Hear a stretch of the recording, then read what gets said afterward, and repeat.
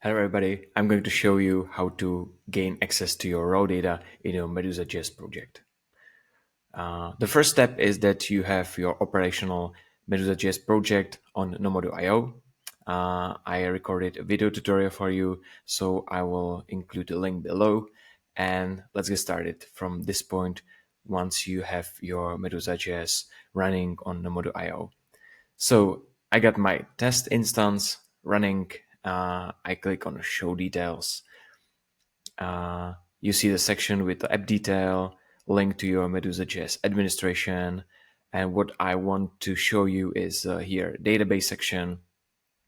This is the link, adminer. Once I click here, I get to the adminer, and you need credentials to sign in. So let's see what credentials you need. So the first thing is the system we want to sign in is Postgres, and I need host as a server.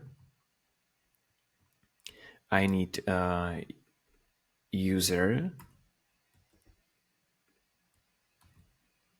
I need password. All right, so this is it. Password. Yeah, and I can keep database blank. So let's log in.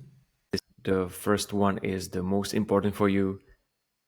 Here you can see tables with address, card, customers, discounts, products, and stuff like that. So just be very careful what you delete, what you change here, because it might make your Medusa non-operational. And once you are done with your changes, go back to Nomodo admin and run migration scripts. Okay, that's it for now. Thank you for your attention.